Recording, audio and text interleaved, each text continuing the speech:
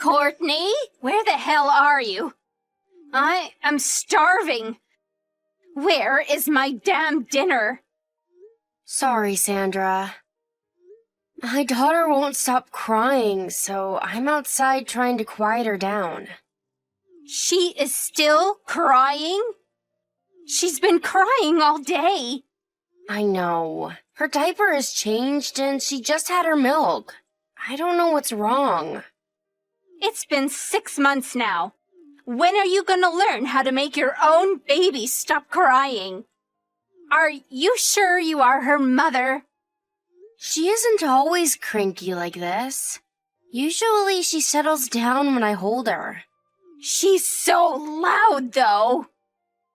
I think you forget that I live in the same house. I'm sorry for all the noise. What are you going to do if I get sick from not resting well? I need at least 8 hours of good sleep. I am very sensitive about my health, you know, and you haven't been keeping up with housework lately. Sorry, but you have to understand, I am very short of sleep too. I don't have any energy left. Can you please help me with the chores? I can't do everything while holding the baby. What are you talking about? You can't make your own mother-in-law do any chores. Not all of it, of course. But can you at least do your own bit? You know, like your own laundry and preparing your own food? So, you're saying you can't do it either? Because you have to hold the baby? Then why don't you hold her while you do your work? Sandra, you know that's not possible. How do you expect me to cook while holding the baby? I will absolutely not do any housework. I hate cooking. I have arthritis and I can't do laundry. I will make breakfast and lunch then, so can you make dinner? My daughter tends to cry in the afternoon. So if you can help me while she is most cranky, that would really help. No way. I want my dinner to be the best meal of the day. Can you at least vacuum the floor then? Perhaps just the first floor? I have a bad knee, so no. Don't you get that I'm too old for any housework? If you find keeping the house so difficult, then why don't you ask my son to help you with the baby? I can't ask him because he's so overworked. In fact, he's probably more sleep-deprived than I am. He does help me on the weekends, but I feel so bad asking him to help on weekdays. How pathetic of you two. You only have one daughter. I raised 3 boys all on my own. Your hardship is less than a third of mine. But my husband told me his grandparents practically raised him. You got help from your parents, didn't you? Like I said, I had 3 boys. You shouldn't need any help when you only have one girl. Ah, young people are so sad nowadays. They don't teach enough about perseverance at school anymore. I just ran into Miss Thomas from next door. She gave me loads of tomatoes picked from her garden. Oh, that's so nice of her. I'll be back in a minute and would like to have lunch right away. I am starving. I could faint. Sorry, Sandra. I was taking a quick nap while my daughter was sleeping. I will make something right away. Unbelievable. You were sleeping when you should have been working? I haven't been feeling well today. I was only going to sleep for a few minutes, but ended up resting for a bit longer than that. But I can prepare something quickly. You are just pretending to be sick. No, I mean it. My temperature is quite high. How high? 100.4 degrees Fahrenheit. Oh well, I guess that is a bit high. You better not have come down with the flu. I don't know. I'm feeling quite nauseous, and my stomach is a bit upset too. It could be a stomach flu then. Maybe. Well, what if you get me infected? You know my condition could get worse from something like that. Don't you dare splatter germs all over the house. I'm not coughing. And I don't think it's anything serious. I'm sure you'll be fine. You don't know that? I could catch whatever you have and have different symptoms. I could even end up with pneumonia. Perhaps you are right. I'm sorry. Make sure you don't get me sick. Don't leave your room. Well, I cleaned all over the house this morning like you told me to. I went into your room and wiped your windows too. Why would you pollute my room with your germs? I thought you would get mad at me again if I didn't. You won't do any housework, so who else is going to? I do all the cooking and cleaning and washing every day because if I don't, the house will become a huge mess in a matter of days. Isn't that what you wanted me to do? I would rather eat instant noodles if I have to eat food full of germs. Would you? Wow, that would be so helpful. This is a temporary measure, though. Don't you forget. And you need to disinfect every part of the house you touched with alcohol. Get it done before I am home. Sure. I need you to get back on housework as soon as possible. So you need to go to the doctor and get your problem fixed. Okay, I can do that. Thank you. Ah, this is so annoying. Why are you so useless? Go as soon as you are done with the disinfection. Sure. Oh, but I can't take my daughter. I will ask my husband to watch her and go to the clinic tomorrow morning. Tomorrow? No, that is too late. You need to go right away. But she is really cranky right now. There is no way I can take her. I won't even be able to drive with her crying like this. She's crying again. Fine then.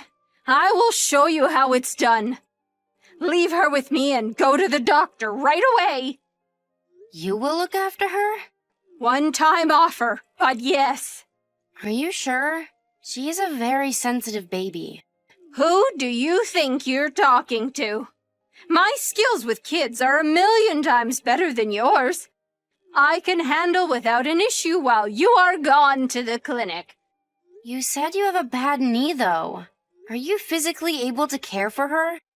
Don't underestimate me. I will show you how to handle babies. You must go today so you can get back to housework, ASAP.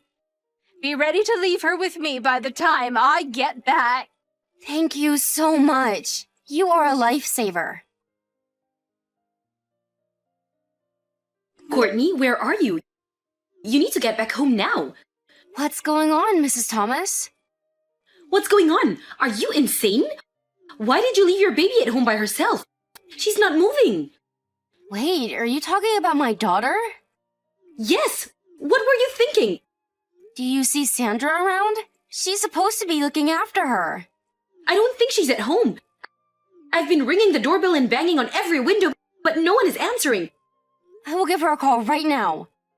No, we have to help your baby now. She needs to be taken to the doctor right away. What is wrong with my baby? Why are you there, Mrs. Thomas?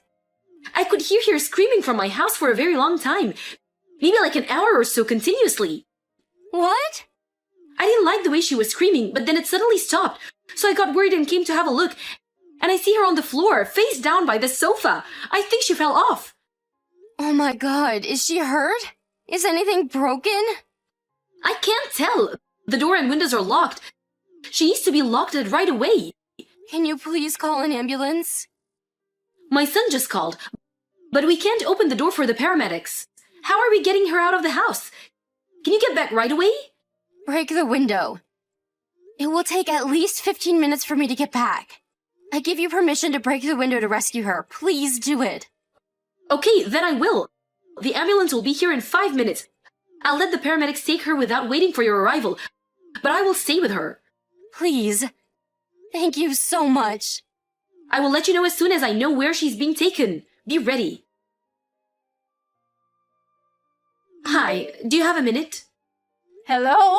Mrs. Thomas, how can I help you? Do you know what happened at your own house? Your granddaughter was taken to the hospital earlier today. What?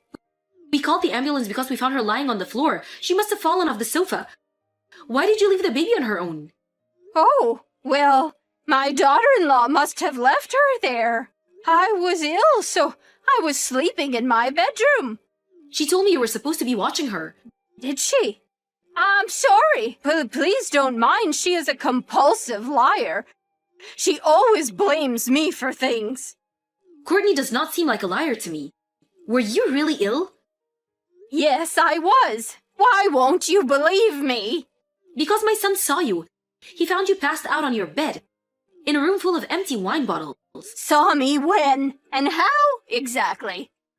When we were rescuing your granddaughter, I got hold of Courtney and she gave us permission to break a window to get in. What? You broke a window? Are you serious? It was an emergency. We didn't know if the baby was all right. Her life could have been taken at stake. I guess you are right. I went with the baby to the hospital, but my son stayed behind to do something about the window. There were broken glass everywhere, so he didn't want to leave it like that. He was looking for things he could use to clean up the mess. And that is when he found you in one of the rooms. I haven't had anything to drink. My son said he could smell the alcohol from the outside door. He also tried to wake you up, but you were wasted. I don't know. I don't recall any of that. Sandra, you should admit that you got drunk and fell asleep. I understand you're upset for getting caught, but don't blame it on Courtney. I think you should tell her the truth and apologize for what happened. Why did you leave the baby on the sofa? She wouldn't stop crying, and I didn't know what to do.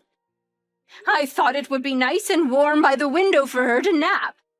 I never imagined she'd move so much and fall off of the sofa. You liar. Huh? This is Courtney. Mrs. Thomas is letting me use her smartphone. I didn't know you were with her. She let me know what was going on. Sandra, how dare you? You are a sick liar. Excuse me? What was that about showing me how it's done? What exactly did you want to show me, huh? A bad example? I accidentally fell asleep. You fell asleep the other day and forgot to make my lunch too.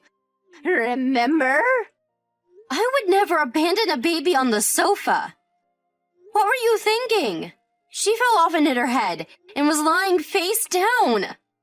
Don't you know how fragile a newborn baby is? I didn't do any of it on purpose. You shouldn't have left the house without your baby in the first place.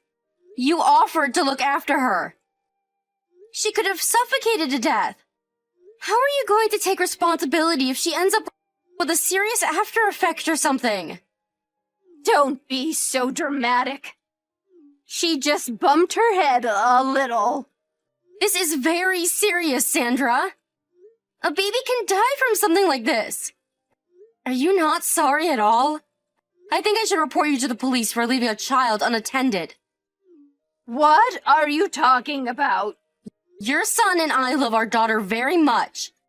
I bet he would want to report you too if he found out of what you've done. He would disown you too. Don't be stupid. You really don't want that, do you? Because you won't be able to live without him paying for everything or me taking care of you. You depend on us too much. I was looking after your daughter for a while, but she wouldn't stop crying. So I ended up having a bit to drink, but I was not wasted. I think I fell asleep because I'm sick now, from the cold I got from you. That's why I was passed out and didn't hear Mrs. Thomas or her son. Let's say hypothetically that was true for a second. It doesn't change the fact that you left a tiny baby on the sofa. Like I said, I did that because I thought it would be cozy for her, out of thoughtfulness. No, you just didn't want to take care of her anymore. So you left her on the sofa and retreated back to your room, which is far away from her. You just gave up and got drunk. I've had enough of your laziness. I am leaving you immediately. Go ahead, do as you please, but don't drag my son into this. You think he would want to live with somebody who nearly killed his daughter? Besides, why do we have to continue to take care of you? We are busy enough taking care of our baby girl. You are not worth our time. We refuse to babysit a lazy old woman like you. I was so furious that I refused to even breathe the same air as Sandra. So I never returned to the house after our last conversation. We didn't have anywhere else to go besides my parents' house, to which we were welcomed into.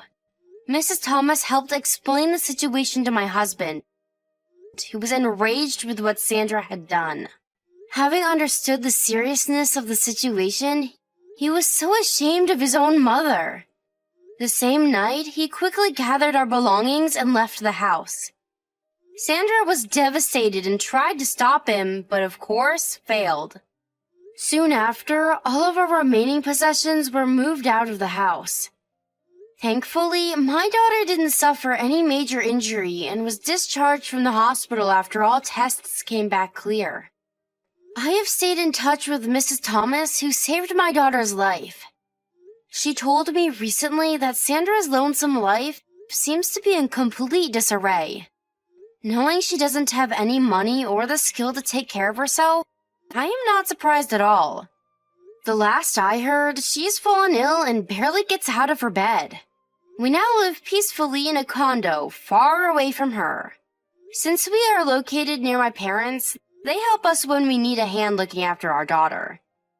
Reflecting back to my old days, though, I think it was much more difficult looking after my mother-in-law than my newborn baby.